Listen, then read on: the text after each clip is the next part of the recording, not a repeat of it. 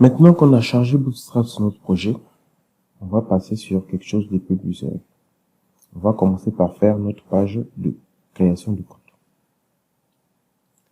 Donc, on va revenir sur notre fichier index.php. Et là, on va mettre en place notre formulaire. Avant d'aller plus loin, je vais aussi créer, je vais créer un fichier app.css. Et dans ce fichier-là, on mettra tout notre CSS personnel. On va, comme Bootstrap, charger ce fichier également. CSS app.css. Donc là, dans ce fichier, je vais mettre quelques règles. Je vais dire la page HTML et le body. Ils prennent la largeur maximum et la hauteur maximum. Et aussi, je vais mettre ici, étoile, je vais mettre box sizing border. Cet attribut nous permet de pouvoir faire le calcul des bordures, des largeurs et des hauteurs en prenant en compte le padding et les marches. Je sais que c'est assez compliqué, mais vous allez vous y faire. C'est comme ça. Donc là, tout de suite, on va créer une div. On va donner la classe route. Route-login. Et cette classe-là, route-login, on va lui dire que la hauteur minimum, c'est 100 VW. Et la hauteur minimum également, c'est 100 VH. Ça signifie que la largeur minimum, c'est 100% la taille de l'écran. Et la hauteur minimum, c'est 100% la hauteur de l'écran. Ok? Donc, si j'essaie de lui mettre un background, je dis BGC, background color, je mets red. Là, dès que j'actualise, on voit que notre div prend entièrement toute la totalité du body. Ok, là on est plutôt. On va créer une autre div. Non. On va lui ajouter une classe d-flex. D-flex, ça signifie que on veut que notre div soit en flexbox. Et là, on va créer une div dans lequel on va créer une autre div. Et là, ceci, on va lui donner une classe mb-3. On met label for name. Là, on va dire non. On va lui donner la classe name control label.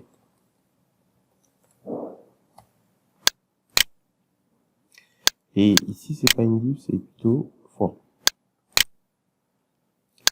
Et aussi, on va mettre input de type texte et on va donner class name form-control.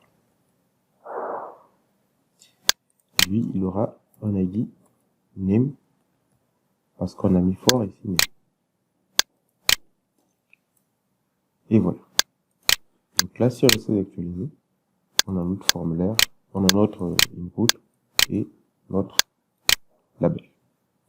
Le problème, c'est que c'est collé sur le côté. Nous, on veut que ça soit centré. Donc déjà, on va lui entourer, on va donner à cette forme une classe. On va dire call-5 et on va lui dire mx auto. Si je fais ça, on actualise, on a quelque chose qui est centré au milieu. Call5 c'est un peu trop gros, je mets call4. Voilà. On veut maintenant qu'il soit centré sur la verticale. Donc là, il nous suffit de mettre la ligne items-center. Si j'actualise, on a notre formulaire qui est maintenant centré au milieu de la page. Là, je crois que la classe pour le label n'est pas bon. On va vérifier sur le site de Bootstrap. On fait forme. Et on va chercher forme contrôle. Et là, c'est forme label. Okay. Forme-label. Là, si j'actualise, j'ai bien un label qui est bien espacé. Là, au passage, on va créer une div. On va donner la classe card. Et là, on va créer une div. On va donner la classe card-width. Et là, on va mettre H4, dire bienvenue sur notre espace membre. Et juste en bas, on va remettre la div qu'on avait écrit tout à l'heure. Ok. Et voilà. Là, j'ai oublié quelque chose. Il faut là lui donner une classe card-tiret. On actualise. On a quelque chose qui ressemble.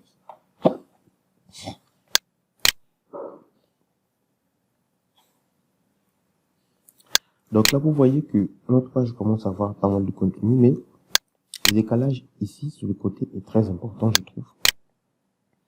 Donc ce que je vais faire, c'est que je vais cliquer ici à espace. Je vais cliquer mettre en retrait des espaces et je vais choisir 2. Après, je vais faire CTRL-SHIFT-P et je vais écrire format. Pour lui demander de reformater automatiquement le code. Donc là, je clique format document. Là, tout est revenu. Notre code est correctement formaté et les espaces sont moins importants. Ça, c'est juste pour la lisibilité. Le code, ça n'a rien à voir avec la logique. Si j'actualise ici, vous voyez, ça n'a absolument rien changé. Donc, on va ajouter un autre nom ici, un autre input plutôt. On va dire prénom. Et là, prénom, ID, prénom. On va copier encore ce input. On va appeler email. Là, c'est email et email. Par contre, le type ici, c'est pas texte, mais email. Là, si on actualise, on a quelque chose qui ressemble à ça. On aura un autre champ dans lequel on va demander la date de l'anniversaire.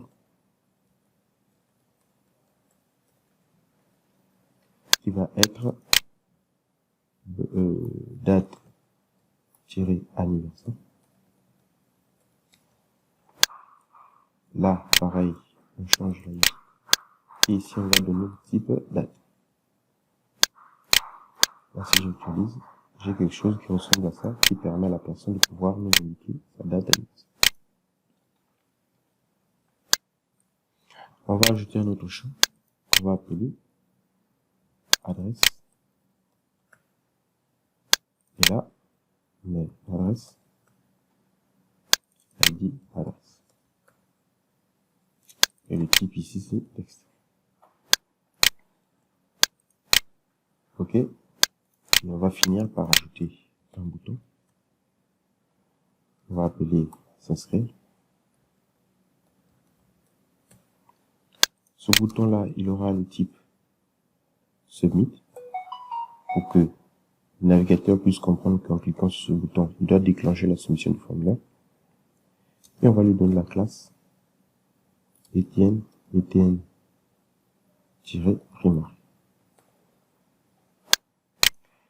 Là, si j'actualise, on a un petit bouton comme ça. Donc, on va aller voir sur Bootstrap comment on veut mettre un bouton qui prend toute la largeur de notre carte.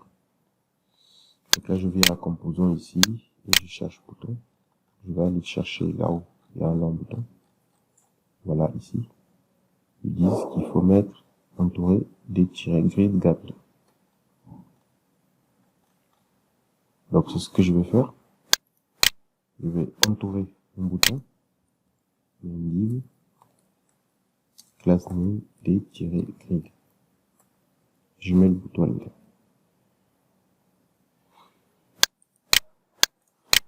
Donc là, si j'actualise, on a bien le bouton qui prend actuellement la totalité de la large. Voici pour le formulaire côté PHP. Je crois qu'ici, on va faire un peu de mise en forme. Là déjà, on va lui dire de faire une marge plus importante, MB5. 5 c'est un peu trop, on va dire 4.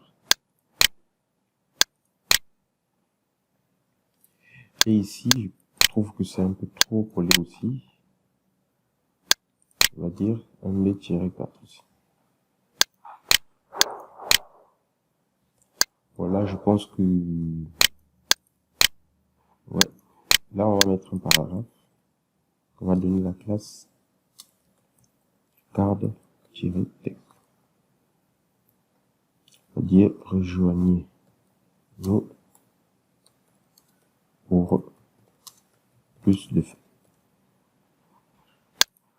Et si j'actualise, on a bien le texte qui est ici. Sauf que là, on enlève le MD4 ici. Voilà. Là, je pense que le titre, il est un peu trop gros.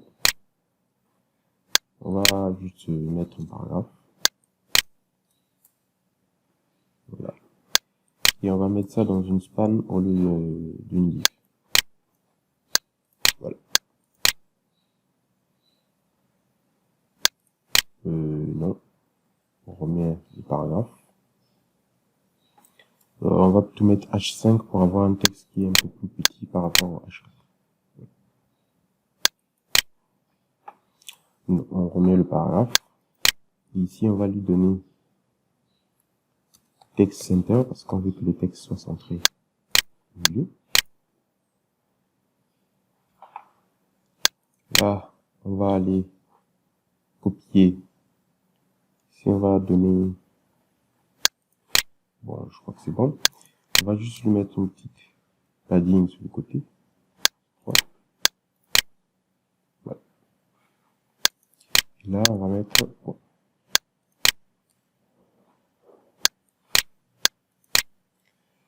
Ici, avant de... Juste après inscrire, je vais créer une div ici. Que je vais donner en classe d-flex. Et là, je mettrai span par encore membre. Plutôt, vous avez déjà un compte. Et là, un lien qui mènera vers se connecter.